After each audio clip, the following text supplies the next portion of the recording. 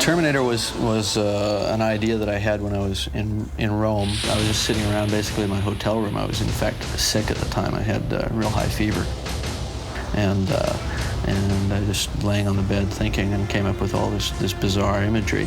And I think also the idea that, you know, because I was in a foreign city by myself, and I felt very sort of dissociated from humanity in general, it was very easy to project myself into these two characters from the future who were out of sync, out of time, out of place, you know, that sort of thing. I'd always wanted to do some sort of really definitive robot story, because it really, you know, had really never been done.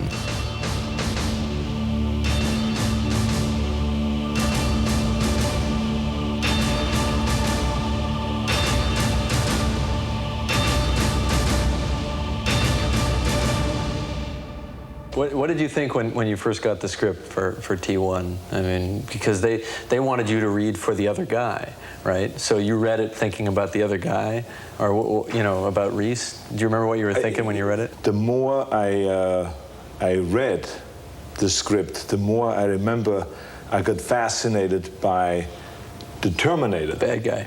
The bad guy, right? Which I thought was the real cool guy. Your clothes. Give them to me. What he loved was the story, and what he especially loved was everything that Terminator did. We were talking about along the lines of me playing the heroic character. Right, because that's what I thought you were coming in for. And the funny thing was, when I went to that lunch, I didn't see that as, you know, in the back of my mind, I was thinking the Terminator, you were thinking the Terminator, but we sit and we have this polite lunch because we've never met each other, and neither one of us mentions it, right? And then we both go back to our guys and say, Terminator, you know. You then did something really smart. You sent over to my office your painting that you did of Terminator. Right. You embraced actually with my face on it. Right. And with the holding the 45 or like this across the chin like this. And I looked at this painting and I said, I am the Terminator.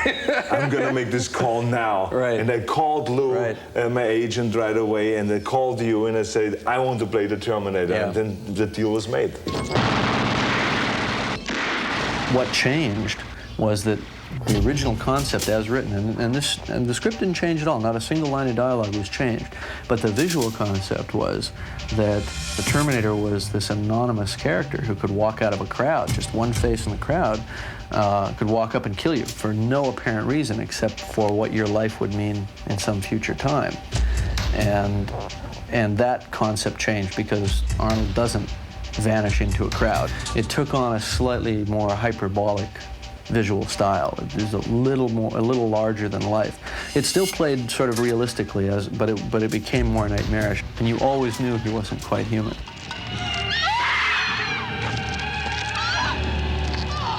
Obviously, in order to get the intensity on the face to make you a killer, there's a fine line with having you be completely blank.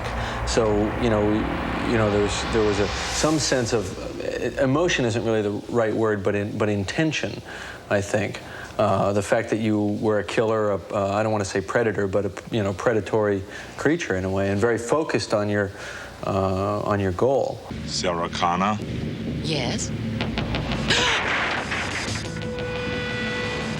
We really narrowed it down to just if this would be a robot, what movement would there be going on? And it would literally only be the arm coming across, pulling out, cocking, shooting. No shoulder movement, no head movement. Goes back, and then the whole body would turn and walk away. But with a smoothness too. Oh yeah, it was like very positive and very smooth. Not jerky either, because jerkiness wastes energy. It was like the ultimate efficiency, to get the shortest path between 2 points. What I found to be effective, certainly on Terminator, was to do a slow motion build-up, or to subtly segue into slow motion where you almost don't realize it, and it becomes almost a dreamlike pace, or that dilation of time that you experience when you're in a traffic accident and it's happening and you can't stop it, and time seems to stretch. For me, the fun in that scene was the build-up. The latent tension of what is going to happen, knowing that one guy's armed, the other guy's armed, they're lurking around through the crowd, so all hell's going to break loose.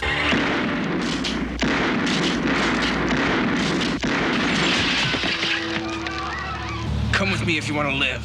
Remember the first day we shot the scene where you're driving through the parking garage in the police car that you've stolen, and you're looking for them. And on that first day we got together and we talked a little bit, and we worked out some physical behavior like a shark, you know, kind of the way it moves back and forth looking for prey. And then you came up with the idea of moving your eyes, then moving your head to follow the eyes, then moving the eyes back and moving the head back. So it became almost like a surveillance camera. And the funny thing was, it didn't really get real to me until the next morning in dailies. And I saw that close-up and I went, this is working great. Yeah. That nobody has ever seen this before. I'll be back. When writing I'll Be Back, I didn't think that that line would play funny at all, because you almost have to see the movie to know that he's coming through the door with the car. I figured that that would be a line for people who were seeing the film again, which obviously Terminator is one of those movies that people see over and over, so it works like that. But you know what? It worked even when people hadn't seen the movie before, because they could just guess what your version of coming back was going to be. You know what I mean? By that point, they were in sync with the picture, and the picture was working.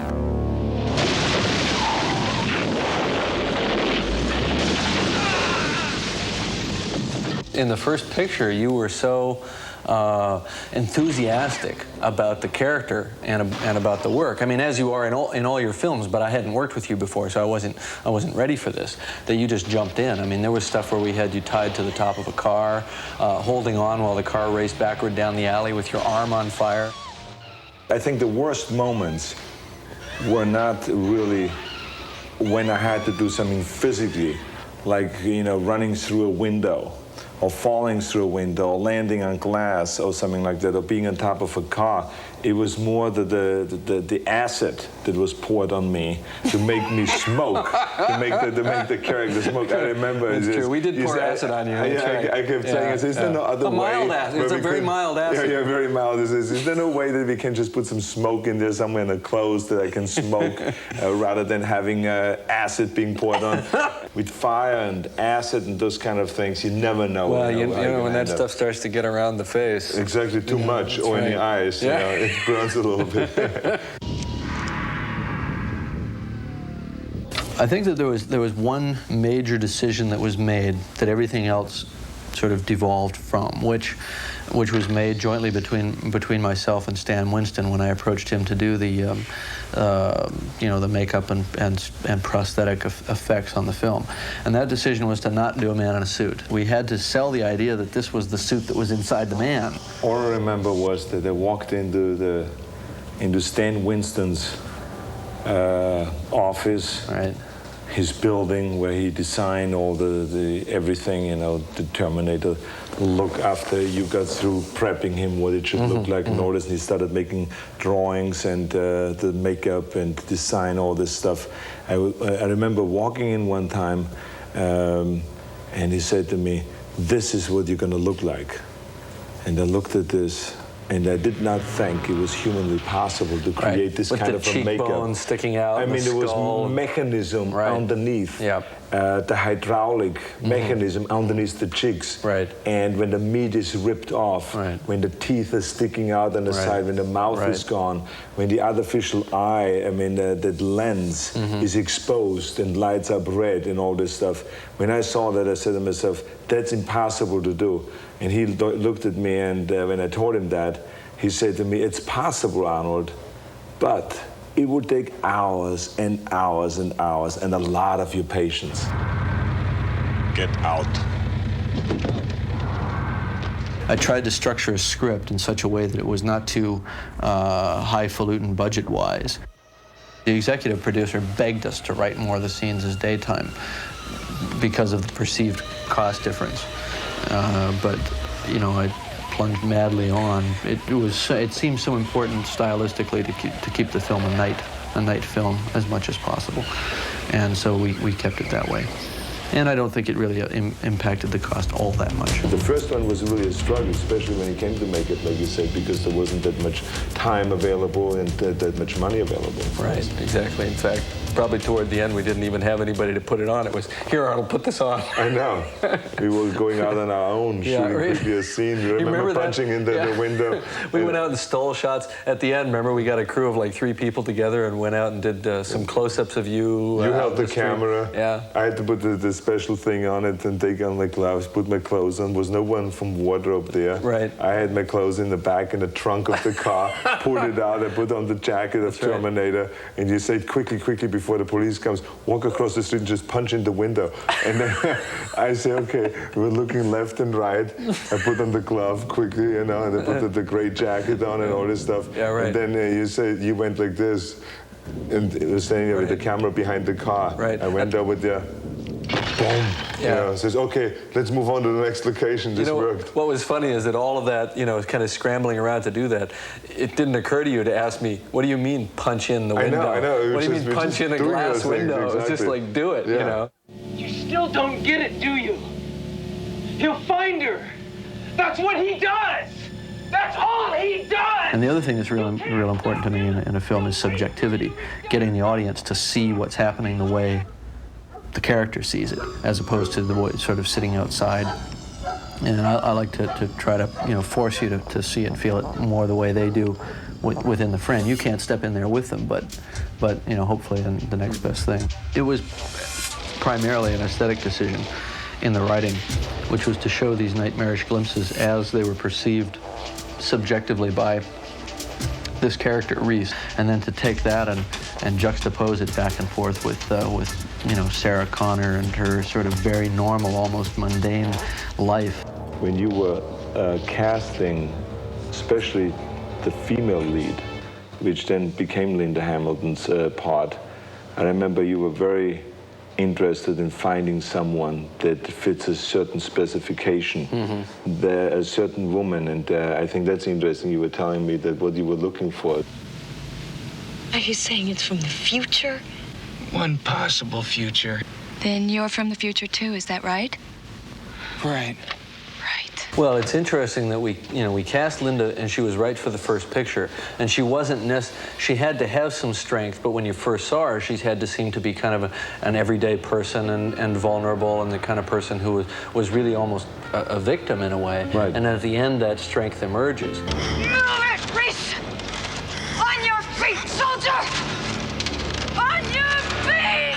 First, she was this soft, nice, feminine girl that was working there in this restaurant. Right. And, you know, just having a great time, being one of those young girls that was out there having a good time. And then, as she became the victim, and as time went on and she realized what her mission was, she became harder and harder. Exactly. And in the end, she was really tough. You really got the feeling this woman has changed, and she's ready to take on this challenge. You're terminated.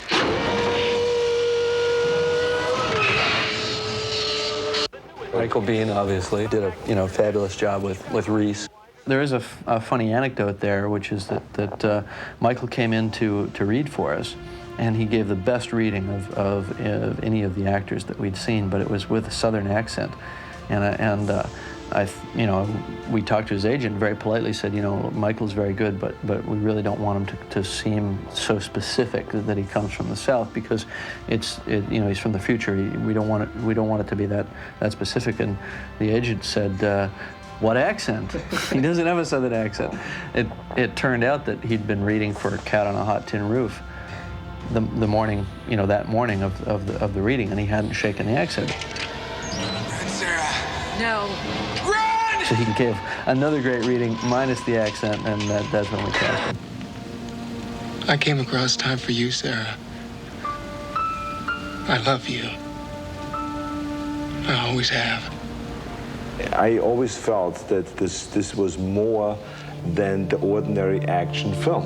Right. And it was more than a special effects film, and or like what some thought was just a B movie, and that it is only appealing to the kids between 14 and 18. This is not to be looked at as just a limited audience, a movie for limited audience, but in fact, I think the story is so solid and so good, and it has so many interesting messages there, and it is also entertaining, and so that it would have a broad appeal. That it would have an appeal towards for the women. It would have something for the older folks. It was just something that had something in there for everyone, and I think because of that, there was. After the movie was gone from the theaters, then when it came on television, it was 10 times as big, the ratings and how many people saw it. And then when the video came out, it was like a mushrooming effect there. And I think that's what eventually led to the belief that we must do a second Terminator. It's funny that every year that went by that we didn't make the sequel, the demand for the sequel got greater. Exactly. Yeah. And that's why you and we got together periodically and started working on a plan and mapping out times to keep a certain time period blocked out so we can go and eventually down the line. Actually, you'd call me up about once every 6 months and say, so how's it going on? No, you'd talk about other things for about 5 minutes and then, so how's Terminator 2 going? That's right, yeah. So I mean, anyway, so that was, we were fortunate enough that it did come together and that we did make a second Terminator. Allá, viene una tormenta. What did he just say? He said there's a storm coming in. I know. Terminator 1 was like a hallucination for me. I was making my first picture. I had no idea it was really going to be a success. I mean, when I wrote it, I probably thought it stood the chance of being a success. I wrote it that way on purpose, but you never really believe that it's going to happen or that it can happen. And so everything after that was like a dream for me for a while. And then I realized, yes, it did happen. This really did find its audience. And it gave me a lot of courage as a filmmaker to go on and do other stuff. I felt right from the beginning when I read the script and when I had my meeting with Jim Cameron that it was a winner. I felt it all the way through the shooting of the movie. Every time we prepared for a stunt, every time we did a scene, I was more and more convinced that we had a winner in our hands. And then when Jim showed me, after the shooting was completed, he showed to me some of the edited footage. And when I saw that, it was so intense and it was so well done that I just couldn't get enough of it. And it was really one of the first times that I could see rough cuts of a film and wanted to see more and more of it. So I believed all along that it's going to go through the roof. I was hoping and praying that the studio would believe the same thing and would support it 100%. And so I knew I was sitting on a gold mine.